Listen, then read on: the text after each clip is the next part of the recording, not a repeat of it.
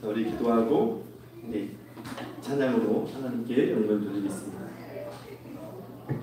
하나님 감사합니다.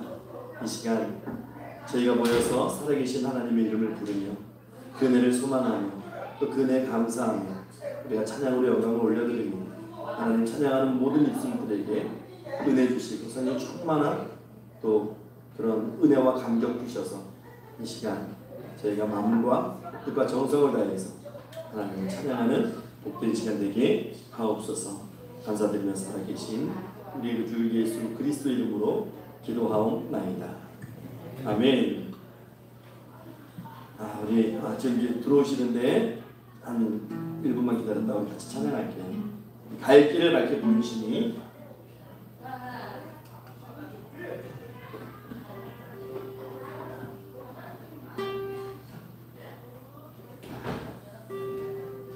우리 다같이 우리 찬양할게요. 갈 길을 밝혀 보이시니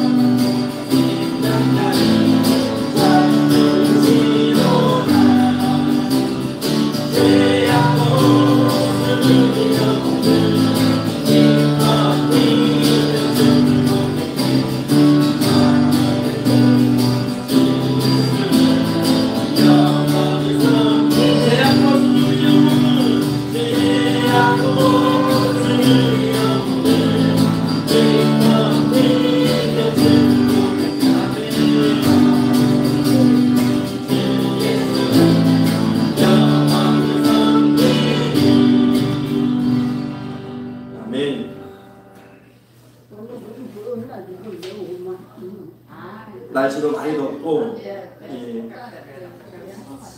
날이 아니다. 우리 되게 습한 날씨에도 하나님께 나왔습니다. 우리 감사하고 기뻐함으로 네, 아주 산송하고 예배했으면 좋겠습니다. 날마다 우리에게 향하시는 그 주님의 은혜를 찬양합시다. 우리에게 향하신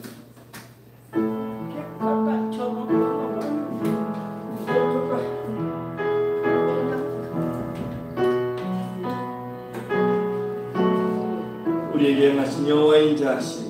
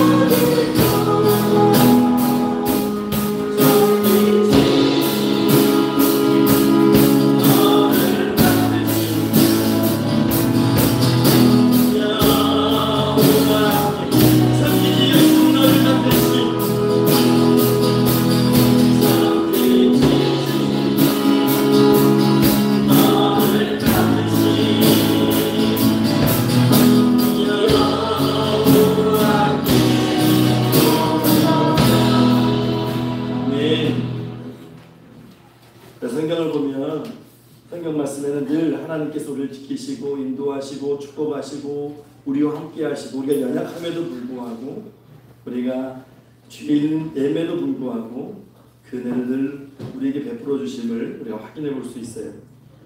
우리가 그런 하나님을 믿고 찬양할 수 있다는 것은 정말 세상 무엇과 바꿀 수 없는 큰 은혜의 복입니다. 그래서 우리 이 시간에는 예배하는 자의 마음으로 하나님 앞에 찬양하고 우리 예배를 위해서 기도하기를 소망합니다. 예배하는 자 되어 찬양할게요.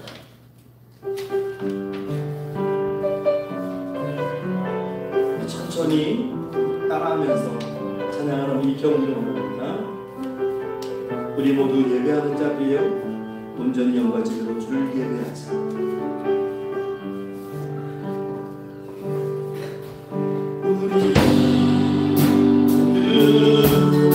예배하는 자 되어 온전히 영과 진리로 주를 예배하자.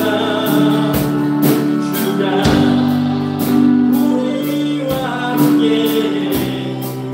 영원히 함께 하시고 다르지 않는 셈으로 오늘 채우시니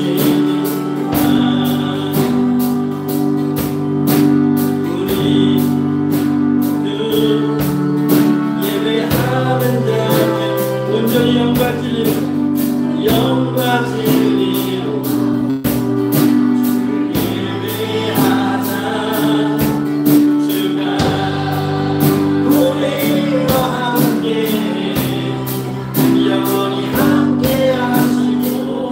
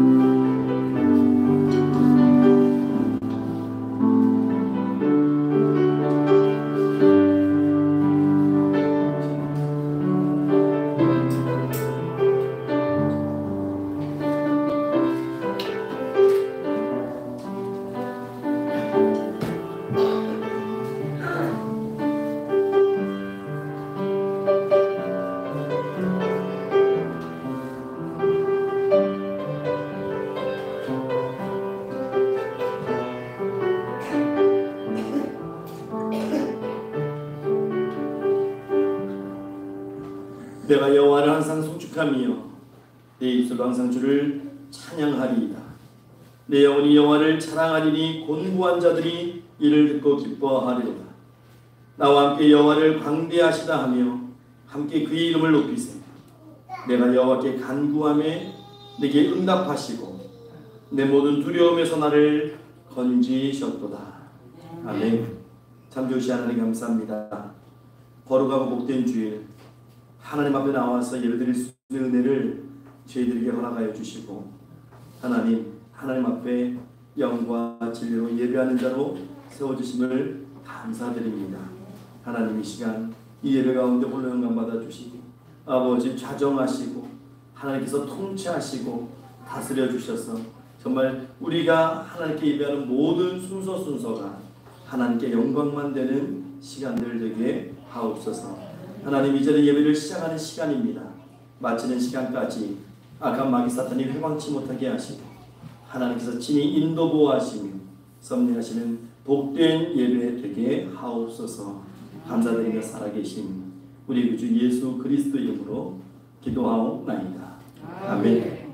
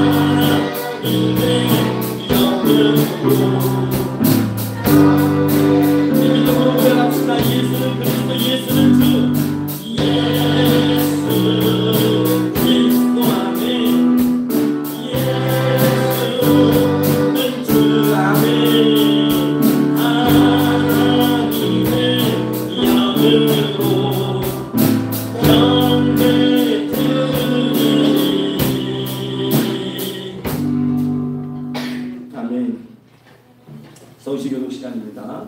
시편 2편 말씀 교독문 2번입니다. 교독문 2번 시편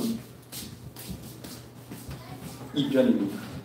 어찌하여 이방 나라들이 분노하며 민족들이 헛된 일을 꾸미는가? 세상에 나라들이 여호와와 그의 기름 부음 받은 자를 대적하며 우리가 그들의 내 것을 끊고 그의 결박을 벗어버리자 하는도다. 하늘에 계신 이가 웃으시며 주께서 그들을 이루시리라. 그때 불을 바라며 진노하사 그들을 놀라게 하여 이르시기를 내가 나와 그의 거룩한 성신에서 나시리로다. 내가 여호와의 명령을 전하노라. 여호와께서 내게 이르시되 너는 내 아들이라. 오늘 내가 너를 낳았구나. 내게 구하라. 내가 이방 나라를 네 유업으로 주리니 내 소유가 나까지 이르리로다. 아멘. 이 시간 사도신경으로 우리의 신앙을 고백하겠습니다. 나는 전능하신 아버지 하나님 천지의 창조주를 믿습니다. 나는 그의 위대하신 아들 우리 주 예수 그리스도를 믿습니다. 그는 성령의 때문에 운명과 마리아에게서 나시고 본들 빌라도에게 고난을 받아 십자가에 못 박혀 죽으시고 장사한 지 사흘 만에 죽은 자 가운데서 다시 살아나셨습니다. 하늘에 오시어 전능하신 아버지 하나님 우편에 앉아 계시다가 저들과 살아있는 자와 죽은 심판하러 오시니 나는 성령을 믿고 거룩한 공개와 성도의 교제와 죄를 용서하고 몸의 구원 영생을 믿습니다. 아멘. 다 자리에 앉으셔서 찬송가 435장 찬송하신 후에 예배를 위해서 한종기 집사님 대표로 기도해 주시겠습니다.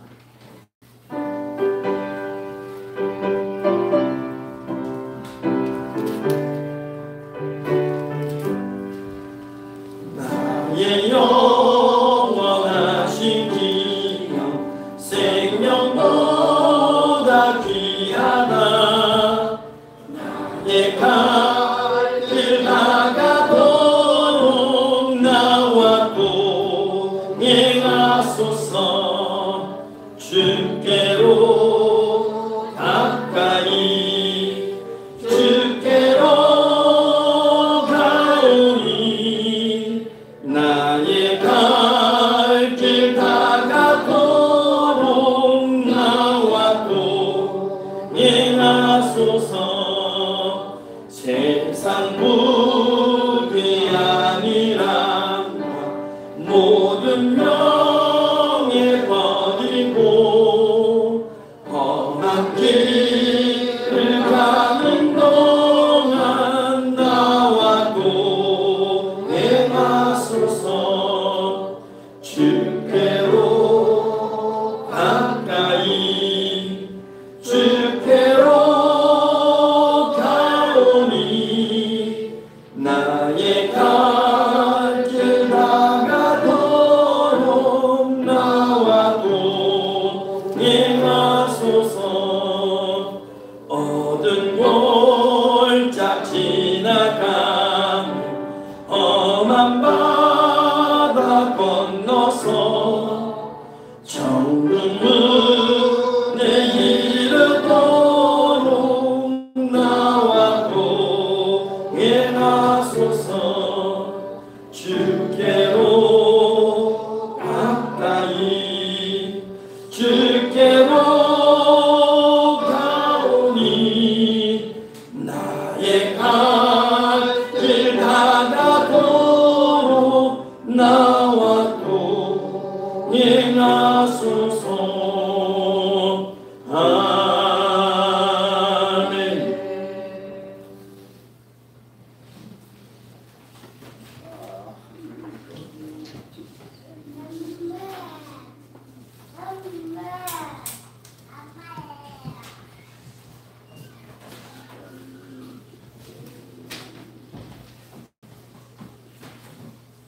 늘 변함없이 한결같은 하나님, 천지는 없어져도 존재하시고 천지는 옷가라 옷같이 낡아져도 한결같은 하나님께 영광을 돌립니다. 다 변해도 하나님은 변치 않으실 줄 믿으며 우리를 향한 하나님의 약속 놀라운 계획을 변함없으실 줄 믿습니다. 변치 않는 하나님 사랑 안에서 우리의 영혼의 안정감 갖게 하시고 하나님을 신뢰하며 영광 드리게 하소서. 하나님은 우리를 변함없이 사랑하시는데 하나님을 향하는 우리의 사랑은 자주 변하여 변함을 용서하여 주소서.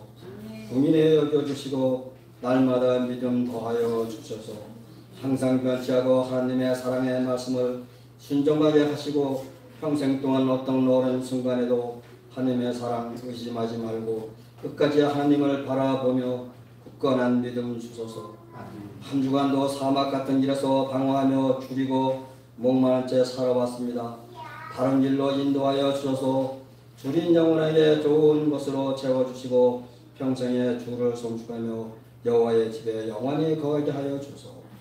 단상에 세우신 조정은 목사님 항상 광상 돌봐주시며 성령에 덤벼 주셔서 하느님의 말씀을 담아주셔서 하나님의 큰 영광 나타나게 하소서. 믿음의 시련 이겨내는 우리를 성숙하게 하고 기뻐하게 하소서. 찬양 드리는 모든 예에 축복 내려주시며 특별히 예배에서는 찬양팀 특히 기억하시오. 4세대의 불로 승화시켜 주시고 그 가족들로 주님 앞에 나오셔서 축복받게 하여 주소서. 이곳에 오갑산 산자락에 아름다운 선녀 주셨습니다. 빈자리가 있으니 채워 주소서. 또한 우리 성도님들 육체의 고통 마음의 심려 싸우니 십자가의 벌로 깨끗이 씻어 주시오. 새 생명 되게 하여 주소서. 아멘. 살아계신 예수님으로 기도드립니다. 아멘.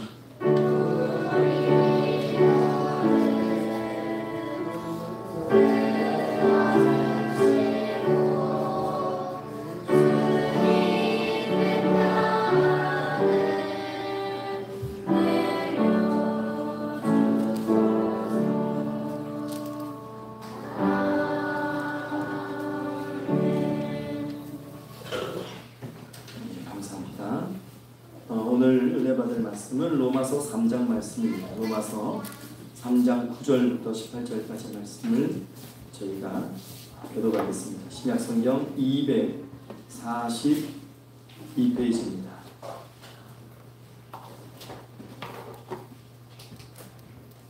로마서 3장 9절부터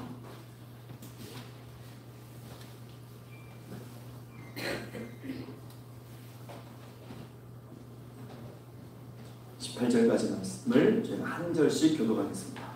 로마서 3장 9절부터 18절까지 말씀 교독합니다. 그러면 어떠하냐? 우리는 나으냐? 결코 아니라. 유대인이나 헬라인이나 다 죄 아래에 있다고 우리가 이미 선언하였느니라. 기록된 바 너희 중 양당이 하나도 없으며 깨닫는 자도 없고 하나님을 찾는 자도 없고 다 치우쳐 함께 물들게 되고 선을 하는 자도 없는 하나도 없도다. 그들의 목구멍은 열린 무덤이요 그 혀로는 속임을 일삼으며 그 입술에는 독사의 독이 있고 그 입에는 저주와 악독이 가득하고 그 발은 피 흘리는데 빠른지라 파멸과 고생이 그 길에 있어 평강의 길을 알지 못하였고 그들의 눈앞에 하나님을 두려움이 없느니라 한것 같으니라. 아멘. 이 시간은 에베네서를 지낸다 찬양이 있겠습니다.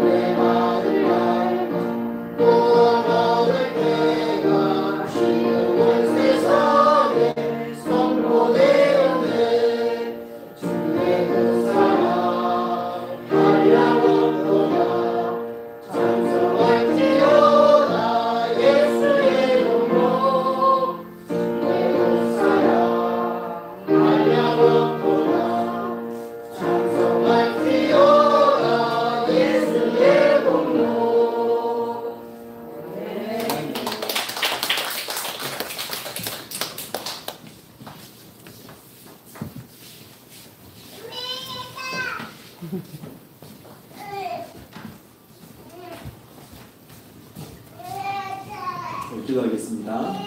참 주신 하나님 감사합니다. 이 시간 하나님 말씀 앞에 섭니다.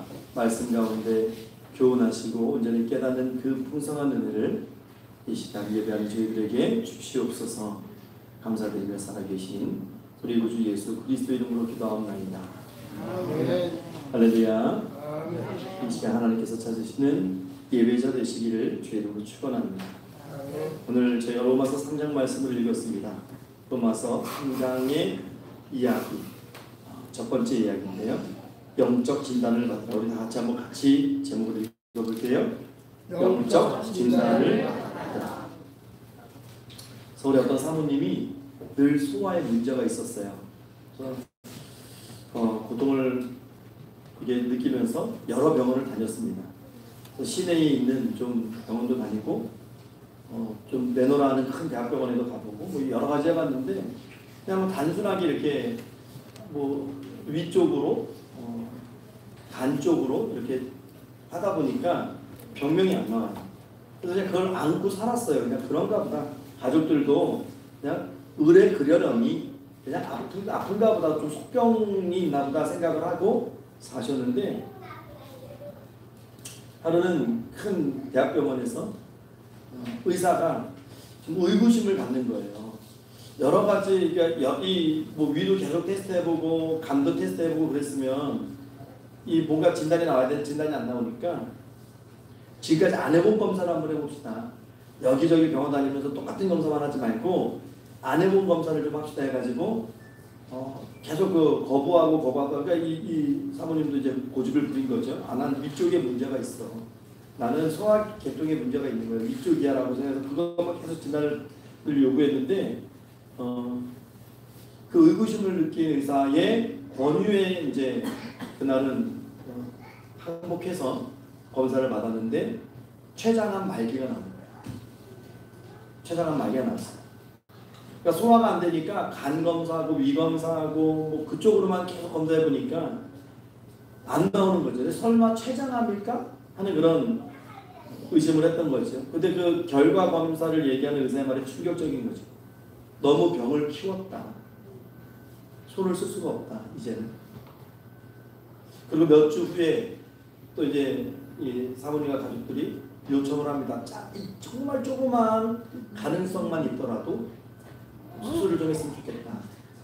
수술을 했습니다. 수술을 받았는데 결국 수술 후에 2주 만에 세상을 이제 떠나셨습니다. 왜 이렇게 비참한 결과가 나올까요? 여러분, 잘못된 진단이 굉장히 이렇게 무서운 겁니다. 우리가 오진이라고 얘기하잖아요. 굉장히 무서운 거거든요. 이게 의사들도 사람이에요. 그러니까 어쩔 수 없습니다. 제가 19살 때인가요? 20살 때인가? 대학병원에서 저 날아다니는 돈 아니에요? 벌 같은데?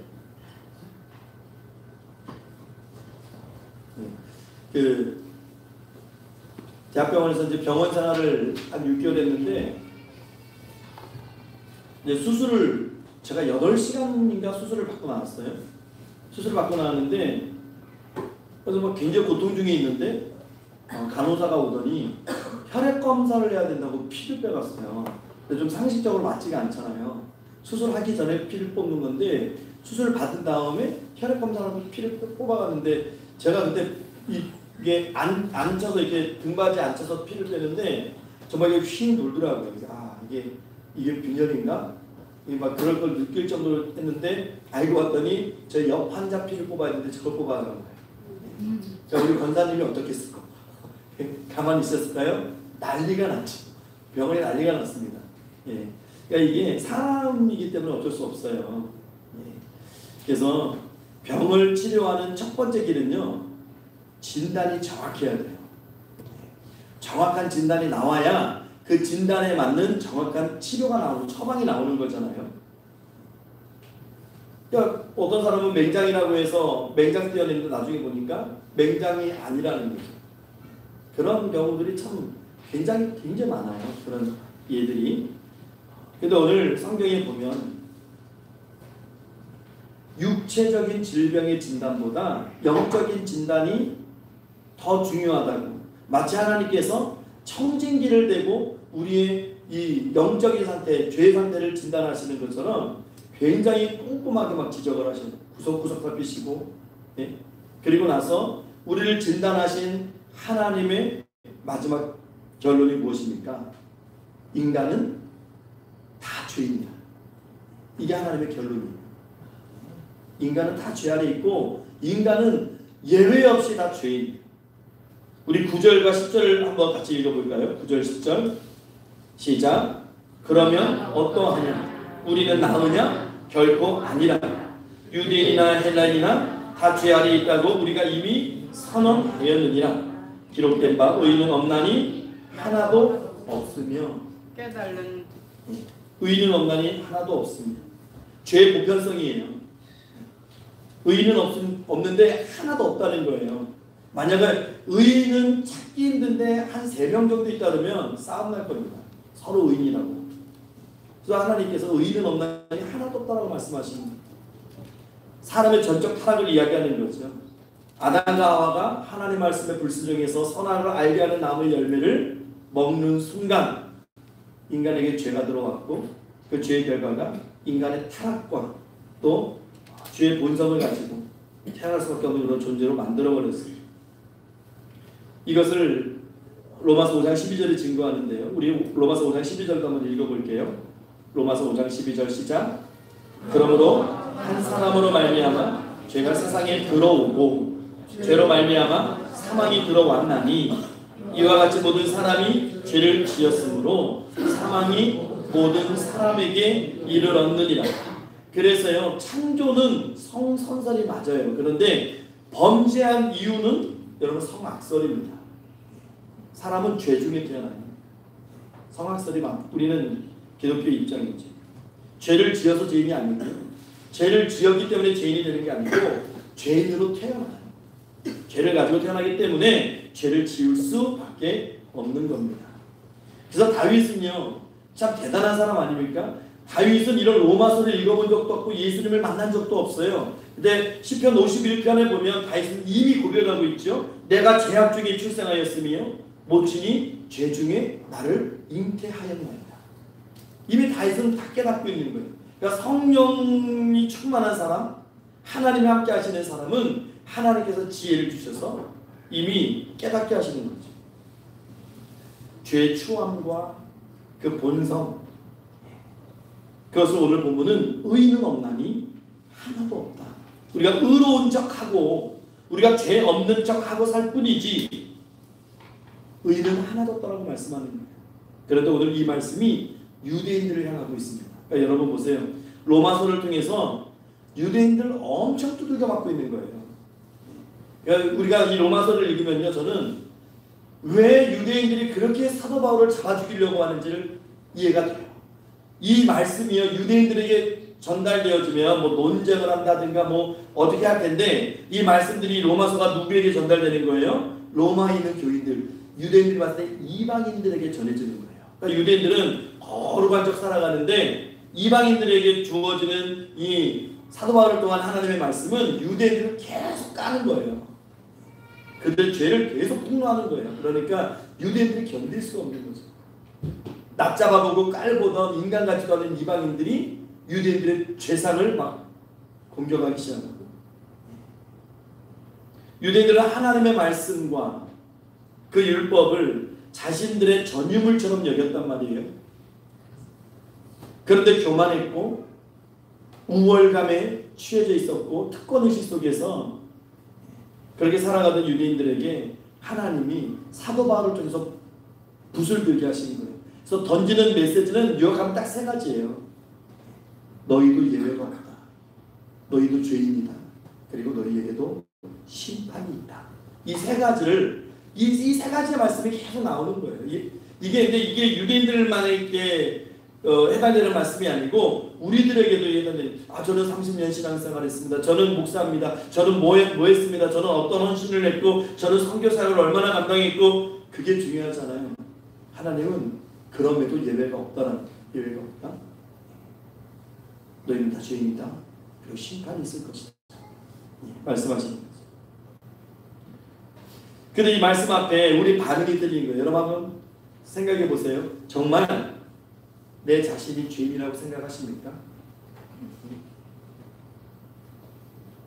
여러분 정말 죄인이십니까? 어떤 분들은 죄인이란 말을 들으면 입으로는 그렇다고는 이야기하지만 속으로는 내가 도둑질을 했나? 내가 뭐 강도짓을 했나? 내가 살인을 저질렀나? 내가 왜 죄인이야? 그런 마음을 갖고 계신 분이 많고요. 그래서 교회에 와서 제일 듣기 싫은 성일교 1위가 죄에 대한 설교예요. 그래서 어느 교회 성장학자가 이런 얘기를 했어요. 교회가 성장하려면 목사는 교회에서 죄에 대해서 설교하면 안 된다.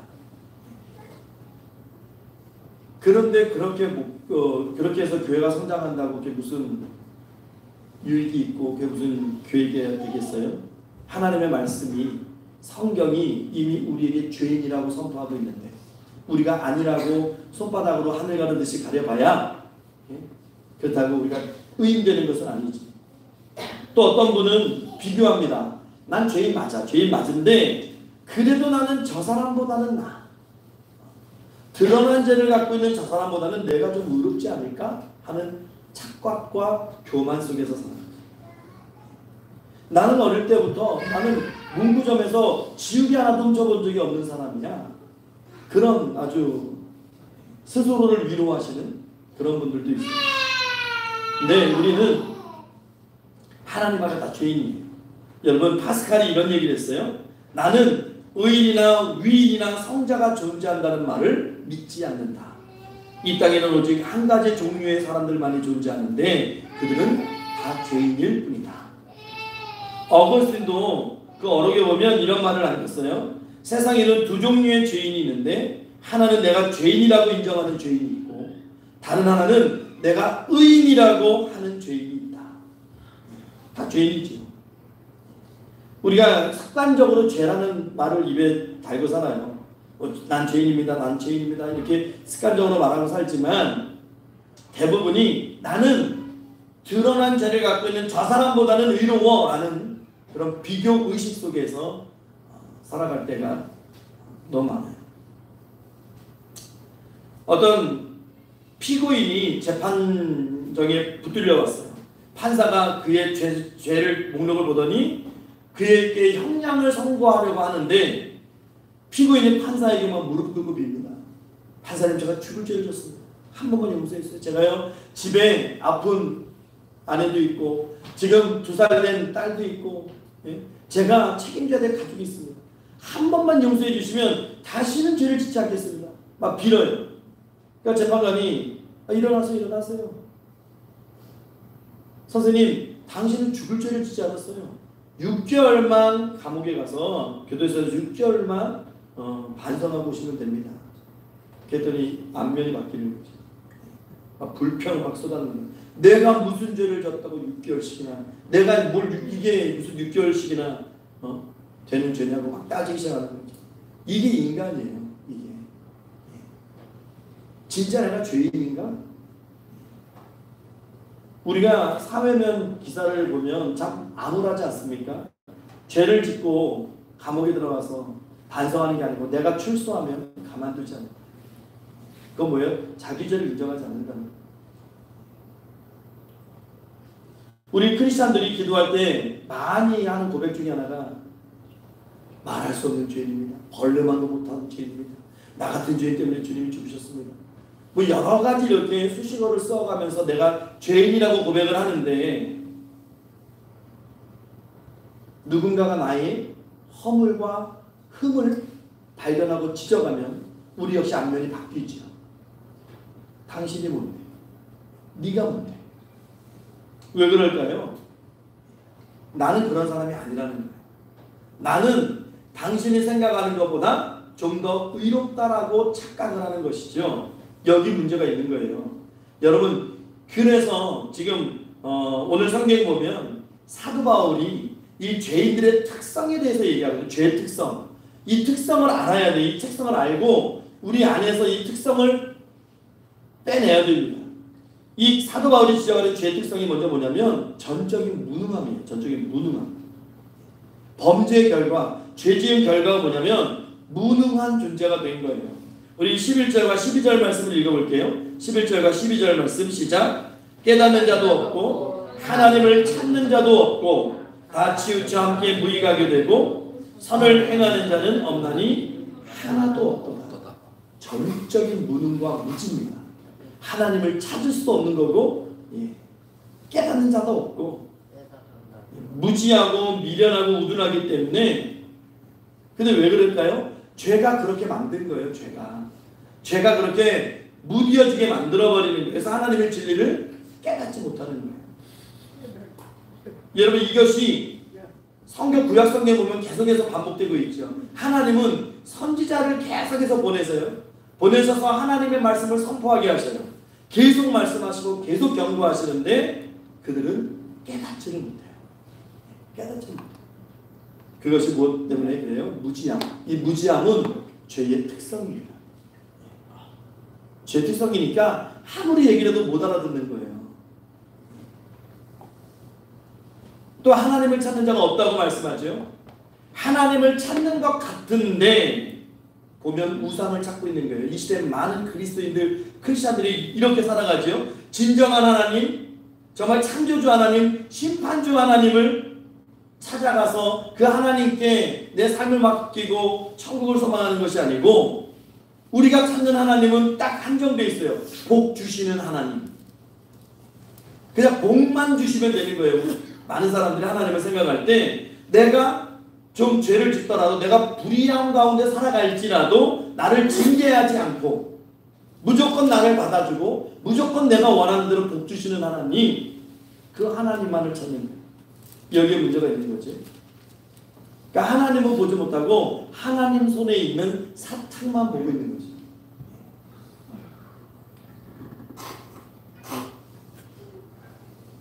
저희 집 강아지가, 큰 개가 2마리가 저 밑에 있는데 한 마리는 먹이를 이렇게 간식을 주려고 앉아 그러면 앉아요. 근데 한 마리는 안 앉아요. 더 날뛰어요. 그 간식만 보여주면 진정이 안 돼요. 주는 입장에서는 주인의 말을 듣고 따르는 강아지가 더 이쁜 거죠. 그 간식을 주고, 근데 막 날뛰어도 그냥 주기는. 우리 신앙이 그런 것 같아요. 그냥 하나님을 오는 게 아니고 하나님 손에 있는 사탕만 보고 있는, 간식만 보고 있는 거죠. 하나님은 그거면 돼요. 그것만 주세요. 그것만. 하나님 개입하지 마시고 나 원하는 그것만 주시고 하나님 내 인생에서 빠져주세요. 그것을 성경이 뭐라고 얘기하냐면 하나님을 만홀히 여긴다. 바보 취급한다라고 얘기하는 거예요. 하나님. 그리고 12절 말씀 보면 다 치우쳐 무익하게 되고, 함께 무익하게 되고, 이렇게 돼 있어요. 타락한 인간들은 무익한 존재입니다. 여러분, 무익이 어떤 의미냐면, 기차가 가다가 탈선한 거예요. 레일을. 탈선하면 어떻게 됩니까? 간다 할지라도 엉뚱한 길로 가는 것이고 멈춰서는 거죠. 그게 무익입니다. 유익이 안 되는 거예요. 목표한 방향으로 갈 수도 없고 가지도 못하는, 의미 없고 그런 허망한 인간의 모습이지. 냉장고에 우유가 있는데 유통기한이 한 1년쯤 지나가지고 썩어서 먹을 수 없는, 겉모습은 우유팩인데 절대 먹을 수 없는 그런 것이 무익한 거죠. 또 12절 말씀 보면 선을 행하는 자가 없다고 했어요. 여러분, TV나 신문 보면 불의육 돕기도 하고 성금도 내고 좋은 일 하는 사람 많잖아요. 그 중심에 그 순수한 동기가 중요한 건데 그렇지 못한 경우가 많아요. 나를 드러내기 위해서, 내 이름 내기 위해서, 과시하기 위해서, 인정받기 위해서. 성경이 말하는 선은 뭘까요? 성경이 말하는 선은요, 하나님 뜻대로 하는 게 선이에요. 이걸 넌 크리스찬들, 특히 예수를 믿지 않는 청년들이 이해를 못해요. 성경을 보면 하나님이 아말렉 족속을 진멸하는데 우리가 생각하기에는 죄 없을 것 같은 아이까지 다 죽이래요. 갓난아기가 뭐가 잘못이 있어요? 근데 하나님이 다 죽이래요. 짐승도 다 죽이래요. 그러니까 어떤 사람은 하나님 너무 잔인해. 하나님이 저런 하나님이 사랑의 하나님이야. 그렇게 얘기도 하는데 성경에 진멸하라는 하나님의 말씀에 따르는 것이 선입니다. 그게 선이에요. 이해하기 어렵지만 하나님의 뜻대로 하는 것, 하나님의 뜻대로 되는 것이 선이에요. 하나님이 죄 없는 사람 죽이라고 하지 않거든요. 죄를 진멸하는 거예요. 여러분 민수기 25장에 보면 이 비느하스라는 존재가 나오죠. 아론의 손자예요. 엘르아살의 아들입니다. 근데 이스라엘이 죄를 져요. 이방인 여인들을 데려다가 같이 잠은 자고 동침하고 막 그렇게 죄의 씨앗을 뿌리는 죄를 줍니다. 그 비느하스가 창을 들고 와가지고 이스라엘 남자와 미디안 여자를 같이 찔러서 죽였죠. 요즘 현대적으로 보면 살인죄입니다. 극악무도한 살인죄죠. 그런데 하나님이 참 아이러니한 것이 민수기 25장에 보면 이 사건을 통해서 이 역병이 하나님의 진노가 멈춰요. 하나님 진노가 멈춥니다. 그러니까 하나님의 뜻대로 행하는 것이 선이에요. 사람은 하나님의 진리를 깨닫지 못해요. 하나님의 뜻을 알지 못해요. 바로 찾지도 못해요. 그래서 성경은 말씀하는 거예요. 너희는 무능하고 무지한 존재라. 그것만이 아니죠. 죄의 특성 중에 또 하나는 전적인 부패입니다. 부분적인 게 아니고 완전 타락이에요. 완전 타락. 우리 13절에서 15절 말씀 볼게요. 13절에서 15절 말씀 읽어보겠습니다. 시작. 그들의 목구멍은 열린 무덤이요 그 혀로는 속임을 써무며 그 입술에는 독사의 독이 있고 그 입에는 저주와 악독이 가득하고 그 발은 피 흘리는 것 빠르다. 따르니라. 여러분 목구멍이 열린 무덤이래요. 그 속에서 더러운 악이 끊임없이 쏟아놓는다는 거. 쉬지 않는 악의 제조 공장. 고대 근동 지역이나 중동 지역에 예수님 당시에 사람이 죽으면요, 그 나라는 우리처럼 땅을 파가지고 시신을 매장하는 것이 아니고 비어있는 동굴 속에다가 시체를 넣고 돌문으로 막습니다. 그게 무덤이에요. 그런데 그곳이 무덤이고 이미 그곳에 시체가 안장되어 있다는 것을 확인시켜주기 위해서 그 무덤 앞에 이 막은 돌에다가 이 칠을 하는 거예요. 회칠을 해가지고 표시를 하는 거예요. 여기 무덤입니다라고 표시를 하는 거예요. 회칠한 무덤. 예? 속에는 시신이 썩어 있지만 밖에는 뭐 그럴싸하게 그림도 있고 뭐 표시도 있고 문양도 있고. 예수님이 바리새인들을 향해서 향하신 말씀이잖아요. 회칠한 무덤.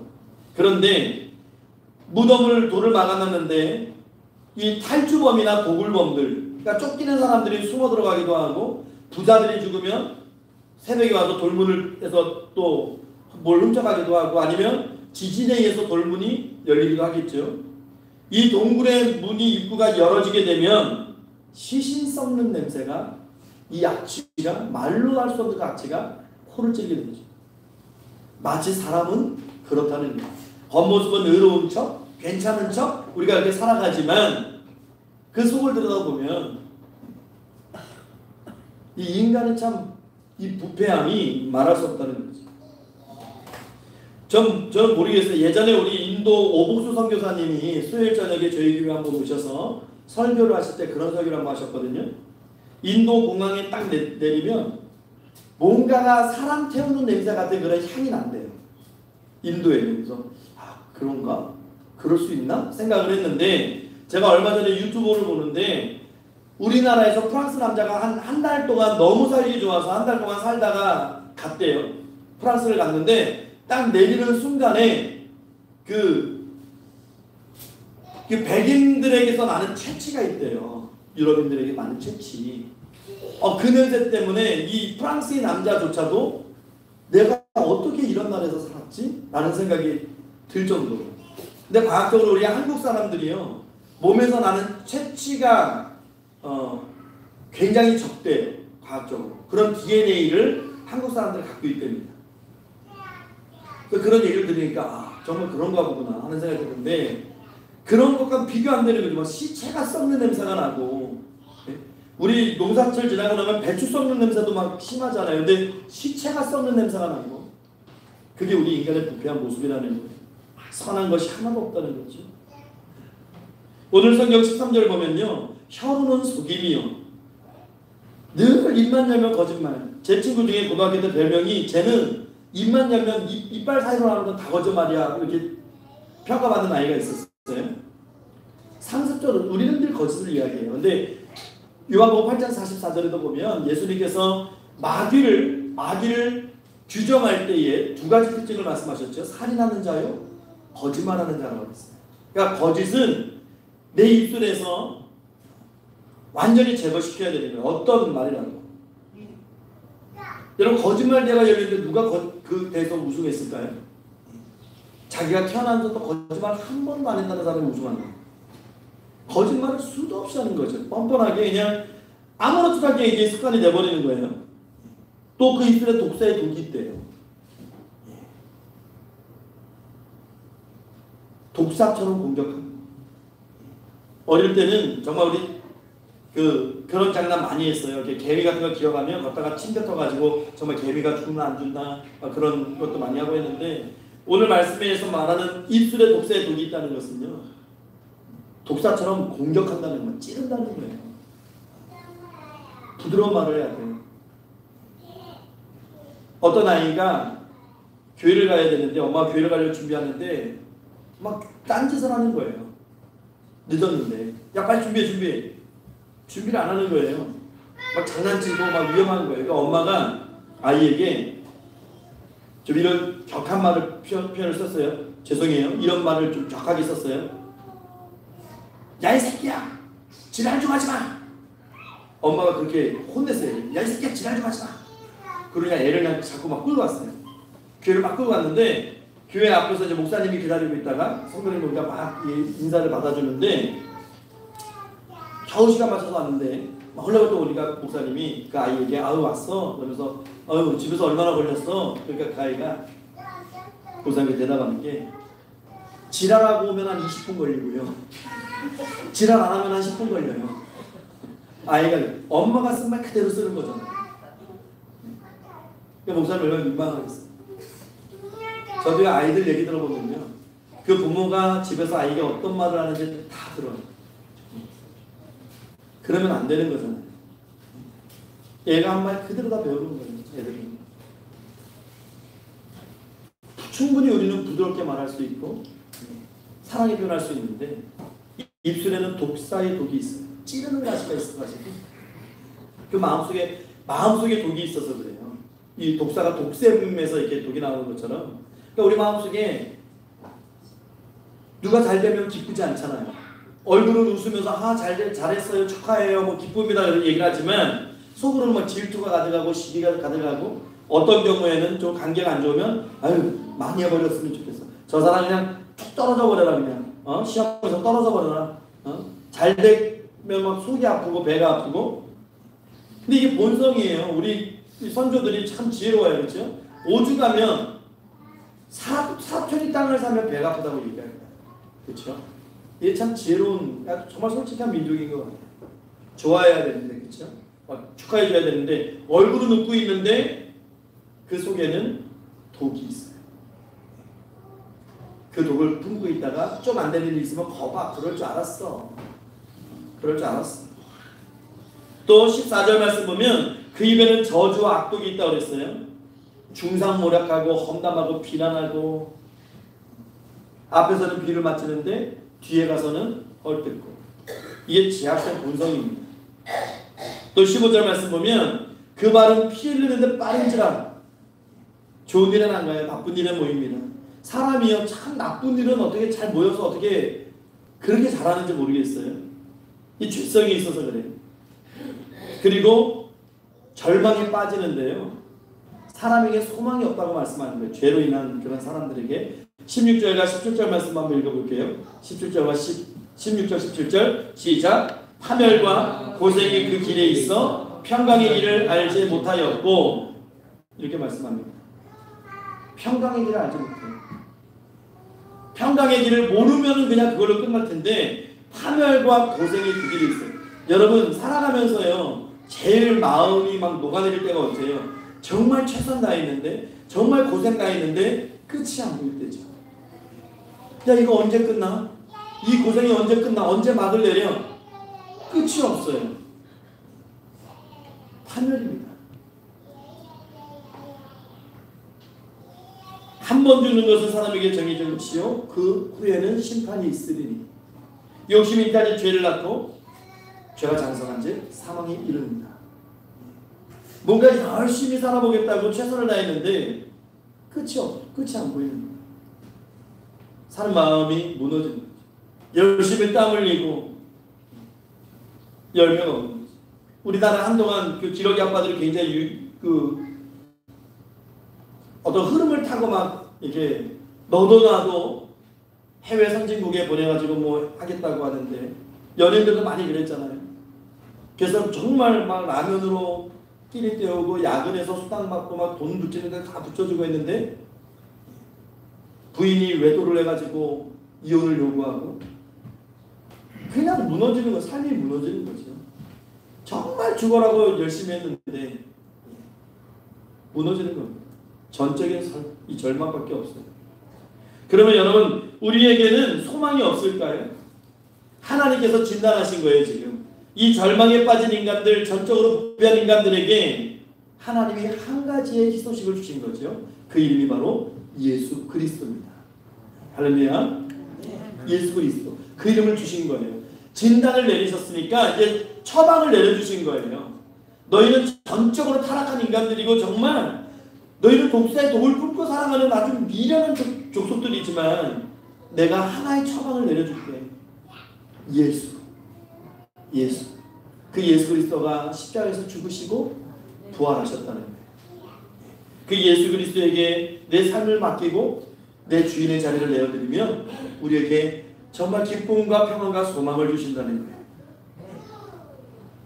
죄의 문제 어떻게 해결해야 됩니까? 예수 그리스도 앞에 나와서 자복하고 회개하고 고백해야 됩니다. 내 입술로 고백해야 돼요. 나는 주님의 긍휼하심과 긍휼히 여기심과 그 인자하심과 용서하심이 필요한 존재입니다. 그 고백이 우리의 고백이 돼요.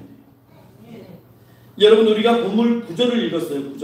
9절을 읽었지만 인간은 다 죄 아래에 있다고 했지. 그 죄라는 말을 복수로 따지게 되면 우리 1장에 나타나는 21가지의 죄예요. 근데 이걸 단수로 표현하게 되면요 그 죄의 실체를 의미하는 겁니다. 여러분 죄의 실체가 뭐예요? 죄의 실체가 우리가 로마서 1장이라든가 오늘 읽었던 말씀 보면 막 여러 가지 죄가 막 되게 많아요. 막 살인과 음란과 도둑질하는 것과 당짓는 것과 비판하고 모함하고 막 그런 죄들이 막 칭해져서 나오는데 그 죄의 실체가 뭐예요? 마귀예요. 그걸 단수로 표현하면 마귀입니다. 사탄 마귀, 악령들, 귀신들.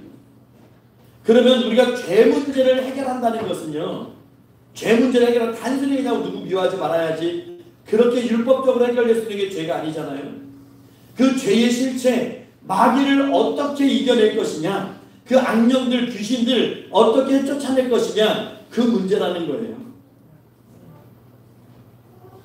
우리 옛날 사람들처럼 벼락 맞은 대추나무 가지고 휘두르면 귀신이 쫓겨나가고 그럽니까? 아니잖아요. 우리가 그 실체를 어떻게 이겨낼 수 있어요? 오직 예수. 예수의 이름에 능력이 있어요. 그 능력을 의지해야만 우리가 이 악한 영들을 쫓아낼 수 있는 거예요. 여러분 우리는 그냥 눈에 보이는 이 현대 세계를 살아가기 때문에 그냥 우리는 눈에 보이는 흐름만 보고 살아가지만 눈에 보이지 않는 정말 성경이 진리라는 거예요. 하나님은 살아계신다면 하나님이 정말 살아계시면 성경은 진리인 거예요. 천국과 지옥이 있고 예수 그리스도가 계시고 그러면 우리가 눈에 보이진 않지만 내 입술로 선언하는 그런 정말 선언들이요 내 보이지 않는 내 삶의 영적인 이 지각을 변동시키는 거예요.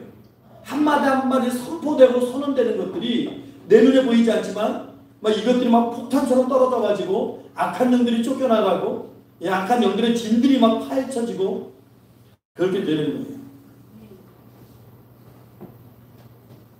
그래서 예수 그리스도의 십자가가 그래서 위대한 겁니다. 여러분, 죄는요 정말 두려운 거예요. 우리가 행동으로 짓는 그런 결과를 가져오는 죄가 있어요. 살아가면서 내가 책임져야 되는 이런 내가 감당해야 되는 그런 죄가 있지만 행동으로 옮기지 않아도 마음으로 짓는 죄도 있어요. 근데 우리는 이게 여기에 대해서 너무나 편안하게 생각해요.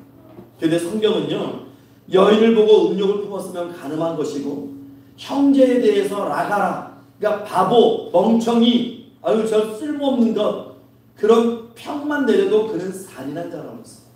그러면 여러분 한번 생각해 보세요. 여러분들 자녀들 키우면서 아니면 누구를 향해서 아유 저 미련해, 아유 저것도 사람이라고, 아유 그냥 이걸 한테 팍 그냥 그런 마음 안 가져보신 적 있으세요? 다 가져보셨잖아요. 10번이든 20번이든 뭐 성격에 따라서 어떤 사람은 많이 갖기도 하겠지만 그만큼 살인한 거예요. 하나님 보시고 살인한 거라고. 그냥 우리 도덕법으로 그게 왜 살인이라고 얘기하지만 하나님 우리 마음을 보시거든요. 그래서 내 죄가 너무 큰 거예요. 근데 그 죄값을 치르기 위해서 내가 할 수 있는 게 없다는 거죠. 나는 죄값을 치르고 싶은데 내가 할 수 있는 게 없어요.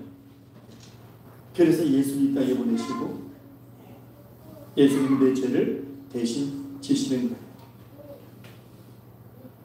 그 주님의 은혜를 깨닫는 자가 그 주님 앞에 정말 죄스러운 마음을 가지고 송구한 마음을 가지고 그러면서 동시에 한없이 어떻게 갚을 수 없는 그 감사한 마음을 가지고 주님께 나아가서 예배하는 것이죠.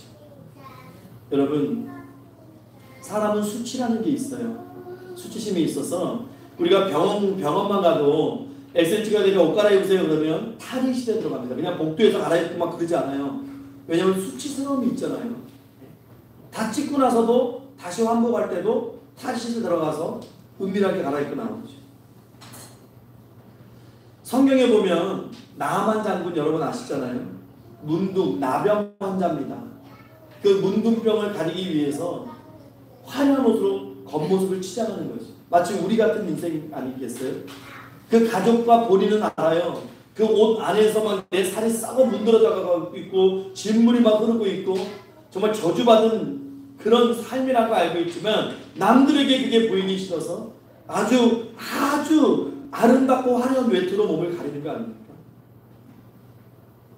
근데 유대 땅에서 잡혀온 여자아이 그 계집종이 말하기를 우리나라에 가면 엘리사라는 하나님의 사람이 있는데 그 선지자에게 가면 이 병 고칠 수 있어요.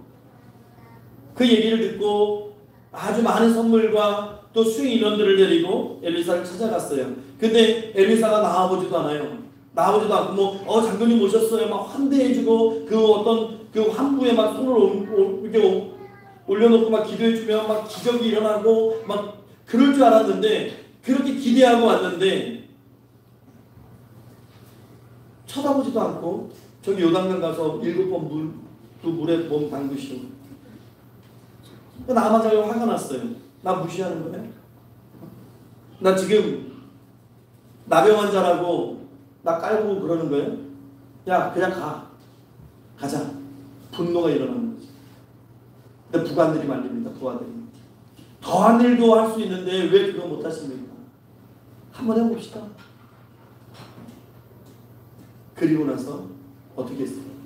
그 화려한 외투를 벗는 거예요. 외투를 벗는 거예요. 드러내고 싶지 않은 것을 드러내야 되는 거예요. 여러분 우리도 마찬가지예요. 제 모습이 드러내고 싶지 않지만 드러내야 돼요. 주님 앞에서는. 그냥 화려한 외투 그걸 가지고 화려한 옷으로 꾸미고 있다고 해가지고 주님 다 알고 계시는데 부끄러워서 수치감 때문에 좀 그거 가지고는 해결 안 돼요. 그냥 벗어내야 돼요. 고백해야 돼요. 주님 제가 주인입니다. 제가 정말 이런 죄가 있고 이런 나약함 가운데 이렇게 살아갑니다. 주님 불쌍히 여기서 긍휼히 여겨주세요. 그럴 때 역사가 일어나는 거지. 내 안에 선한 것이 하나도 없고 내 능력도 없고 내 죄를 해결할 길도 없고 내가 조금만 교만하면 내 죄를 해결하는 것이 아니고 내 죄가 내 눈에 보이지도 않고 남의 죄만 크게 보여서 자꾸 상처 주게 돼요. 그래서 우리가 늘 고백해야 돼요. 예배 시간뿐만 아니고 늘 삶 가운데서 주님 저는 죄인이고 나를 구원하시리가 예수 그 이름밖에 없습니다. 그런 고백이 이루어질 때 우리가 정말 소망할 수 있는 천국의 사람들 된다는 거죠. 히브리서 9장 22절에 보면 피 흘림이 없은즉 사함이 없다고 했어요. 근데 우리 죄의 피는 흘려봐야 의미가 없어요. 그래서 주님을 보내셨어요. 그래서 요한복음 1장 29절에 보면 세상 죄를 지고 가는 하나님의 어린 양을 보내셨어요. 우리가 오늘도 그분의 은혜로 이 자리에 나와서 예배하시는 줄로 믿으시기 바랍니다. 그리고 그분 의지에서 내 죄를 고백할 때 그게 얼마나 진하든 얼마나 그게 뭐 많든 그게 양과 질을 초월하는 거예요. 그 죄 사함이라고 하는 것은 정말 양과 질을 초월합니다. 여러분 예수 그리스도 십자가 앞에 나오시기 바랍니다. 그리고 그 보혈의 강에 나를 던지시기 바랍니다. 그리고 늘 고백하며 살아가십시오. 주님만이 나를 구원하실 수 있습니다. 돈도 명예도 인기도 권세도 외모도 내 자녀들도 나를 구원할 수 없습니다.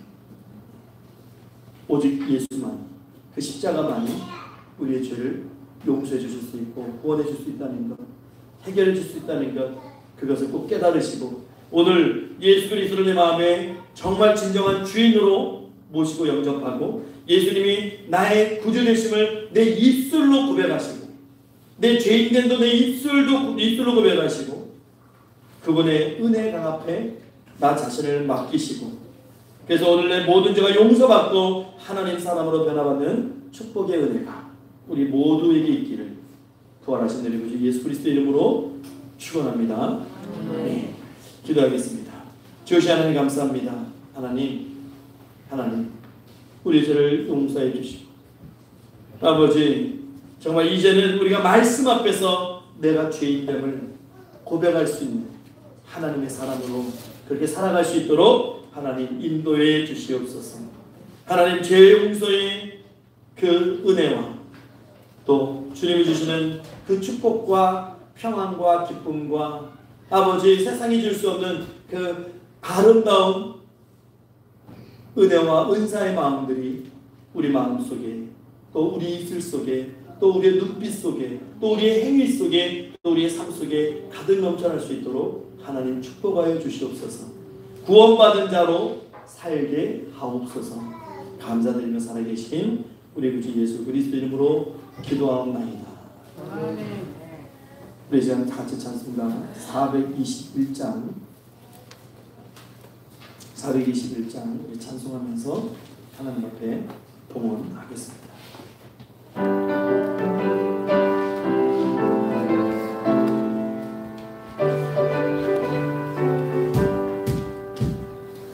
내가 예수 믿고서 죄 사함 받아 나의 모든 것 다 변했네. 지금 내가 가는 길 참그 길이요 주의 피로 내 죄가 씻겨냐면 나의 모든 죄 변하고 그 피로 구속 받았네. 하나님은 나의 구원된 시온이 내게 정죄야 없겠네. 주님 밝은 빛 뜻사 어둠에 치니 나의 모든 것 다 변했네. 지금 내가 주 앞에 온전케 되는 주의 공로를 의지함일세. 나의 모든 것 변하고 그 피로 구속받았네. 하나님은 나의 구원된 시온이 내게 정죄야 없겠네. 내게 성령 임하고 그 사랑 나의 맘에 가득 채우며 모든 공포 내게서 늘 잊으시니 내 맘 항상 주 안에 있겠네. 나의 모든 것 변하고 그 피로 구속받았네. 하나님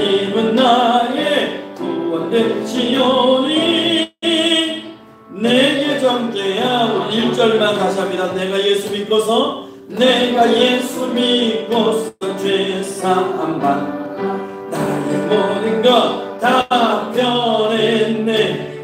지금 내가 가는 길 천국길이요 주의 피로 내 죄가 씻겨내. 아멘. 나의 모든 것 변하고 제 피로 구속받았네.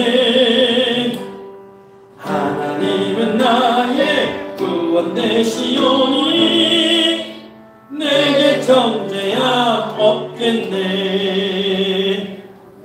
아멘. 복음 기도하겠습니다. 잠시 하나님 감사합니다. 하나님 늘 우리의 삶 가운데 은혜와 복도해 주셔서 이 시간 주의 날 하나님 앞에 빈손으로 우리가 나오지 않고 하나님 앞에 감사하는 마음으로 자원하여 이렇게 예물 드릴 수 있는 은혜 주심을 감사를 드립니다.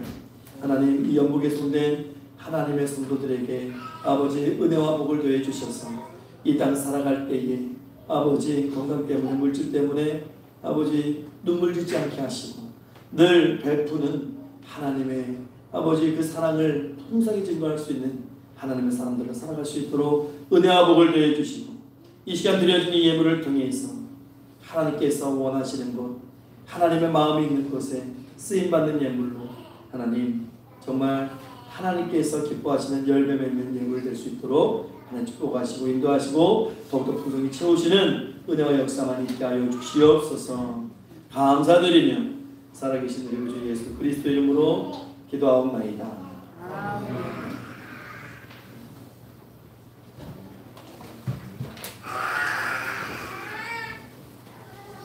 우리 성도의 기도 시간입니다. 주의 이름으로 인사 나누겠습니다.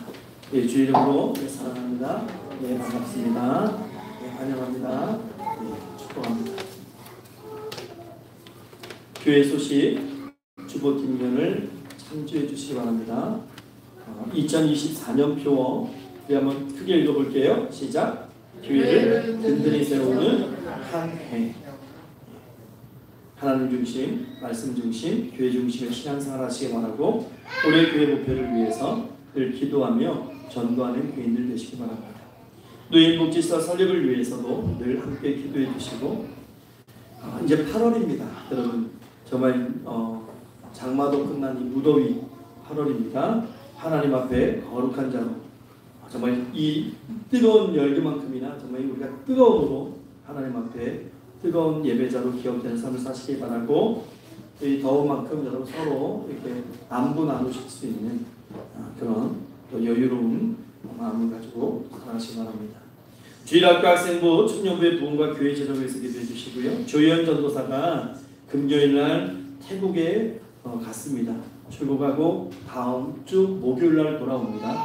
태국 가서 아울리치 사역을 온누리교회에서 진행하는 사역에 스텝으로 참여를 하는데 가서 복음의 씨앗 많이 뿌리고 또 열매 맺는 그런 일정들 되기를 원해요. 우리 주일학교 아이 중에 한 명이 태국 여행을 갔다 와서 태국을 좀 알아요.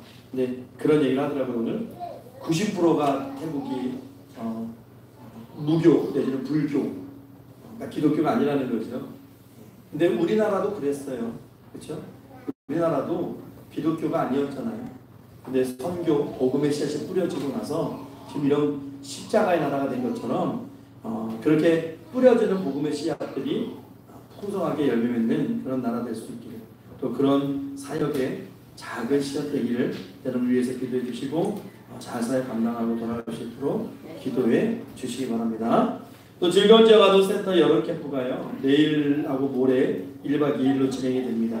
네, 올해는 좀 걱정도 되긴 하는데 먼저 물놀이를 하기 위해서 일산으로 가요. 일산으로 갔다가 물놀이를 마치면 거기서 연천으로 갑니다. 그러니까 보통 이동거리가 시간으로 따지면 1시간 많이 걸리는, 그리고 연천에서 또 다음날 여주로 오는 게 한 2시간 정도 걸리거든요. 그래서 안전하게 아이들이 잘 이번 캠프 즐겁게 마칠 수 있기를 여러분 기도해 주시기 바랍니다. 또 한준기 사님, 안철사님, 장남 한성태사님 혈액암 잘 치유될 수 있도록 기도해 주시고요. 만한 찬양을 위해서 기도해 주시고 평강심하지 않게 동참해 주시고 성경 읽기 성경 쓰기, 성경 암송에 모두 참여해 주세요. 오후 시간에는 성경 쓰기를 하고 있어요. 지금 요한복음을 지난주부터 쓰고 있는데 쓰면서 우리가 또 느꼈던 그런 은혜들을 같이 나누는 그런 시간으로 예배 시간을 채우고 있습니다. 여러분 참여하실 분들은 참여하셔서 1시간 40분 정도 성경 쓰고 20분 정도 큐티하는 나누는 그런 시간 가지시기 바랍니다. 다음 주에 저희가 교회 행사로 말복 식사를 하려고 해요. 말복이 다음 주 중이거든요. 다음 주일날 다다음 주니까 다음 주일날 말복 식사를 하려고 합니다. 그래서 우리 여선교회에서는 같이 좀 수고해 주셨으면 고맙겠습니다. 그 다음 주에는 빠짐없이 나오셔서 또 같이 식사 교제 나누면서 또 기력도 충전하시는 시간 되기를 바랍니다. 여러분 오늘 우리 성도들을 위해서 기도하실 때 특히 최연순 집사님 골반 굴절 빨리 나을 수 있도록 기도해 주시고 송영자 권사님 위해서도 기도해 주세요. 화장실을 가시다가 이렇게 좀 넘어지신 것 같은데 이 통증이 가슴 등 쪽으로 통증이 있으세요. 근데 병원을 너무나 싫어하셔서 안 가시는데 그래서 기도해 주셔서 빨리 그 고통이 사라지길 여러분 기도해 주시기 바랍니다. 이 시간 우리 다 같이 주의 이름을 부르고 사랑하는 교우들을 위해서 기도하겠습니다. 주여! 하나님 감사합니다. 오늘 은혜 가운데 오늘도 모여서 사랑을 가운데 있습니다. 아버지 하나님 축복하시도록 하십시오. 주님 다시 말씀합니다. 주님 하나님 먼저 우리 주님 아버지 하나님 아버지 골반골절 깨끗이 낫게 하시고 아버지 이제는 진단된 아버지의 질병입니다. 아버지 하나님 치유하여 주시옵소서. 회복되게 하여 주시고 아버지 이제는 더 나아지는 아버지 속에서 그 아버지 건강 속에서 하나님 소망하는 마음 아버지 물뜻 아버지 들게 하시고 아버지 하나님 내일 건강하는 우리 최수를 되게 하시고 하나님 감사합니다. 노선영 여사님 아버지 그 가슴과 아버지 등의 통증도 깨끗하게 하시고 아버지 하나님 또 허리 디스크 아버지 하늘을 깨끗할 수 있도록 하나님 축복해 주시고 인도해 주시고 함께 주시옵소서. 간곡히 붙잡아 주시옵소서. 하나님 안지사사님 연일 건강하도록 하시옵소서. 아버지 물기스 허리 디스크 깨끗하게 하시고 어깨도 강건케 하시고 이화사님 아버지 늘 하나님 앞에 예배드리는 부담이 없는 아버지 컨디션들에게 하나님 인도해 주시고 함께 주시고 축복해 주시고 한사대사님 마지막 때에 하나님의 간절대로 쓰임받을 수 있도록 깨끗이 남는 놀라운 역사만 있게 하시고 아버지 최난준 지사님 하나님 김사사님 아버지 또 장호 사모님 정미사사님 하나님 연락 중에 계십니다. 무엇에 계셨던 기력을 주셨어 하나님 부르시는 그날까지 뭐 예배드림이 부족함이 없도록 하나님 지켜주시긴 다시 함께 하시고 임석 기사님 아버지 일어나시오 갈 때 날 때마다 아버지 늘 안전히 지켜주시고 머리카락 하나 상하지 않도록 하나님 풍성한 은혜로 한글 함께 하시고 동행해 주시옵소서. 아버지 성기도 공동체에 함께 하시고 아버지 부족함 없도록 어려움 없도록 늘 채워주시고 하나님의 영광에 쓰임받는 공동체 될 수 있도록 하나님 다시 함께해 주시옵소서. 주님 감사 은혜로 쳐주시옵소서. 우리 다 같이 일어나셔서 찬송가 620장 찬송하신 후에 축도로 예배를 마치겠습니다.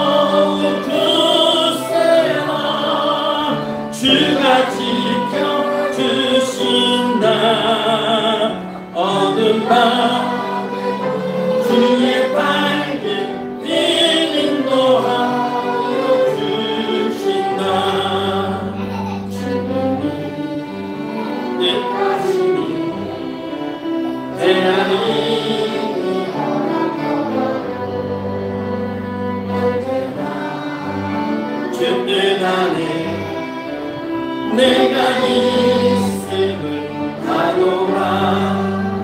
사랑과 말씀들이 나를 더욱 새롭게 하니 때로 넘어져도 제 웃음이 눈보라.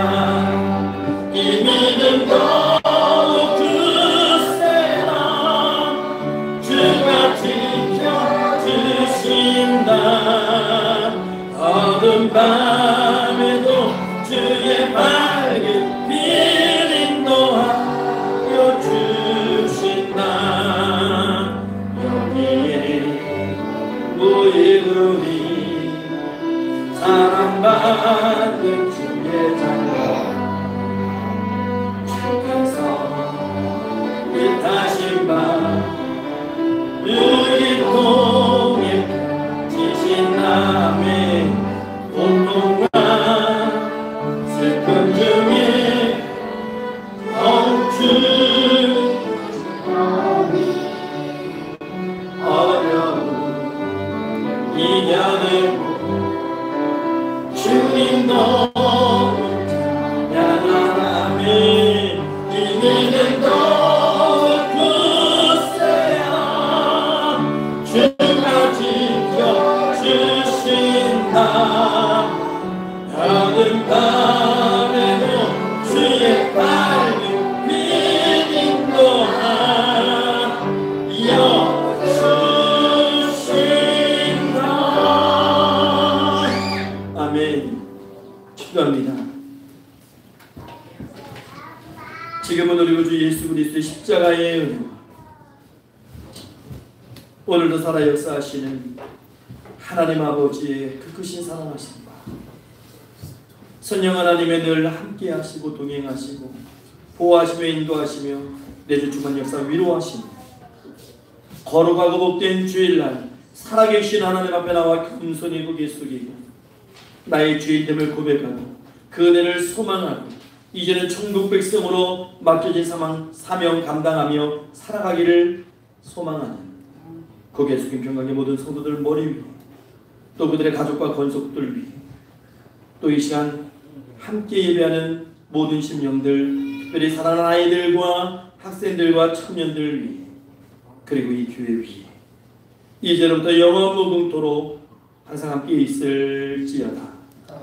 아멘.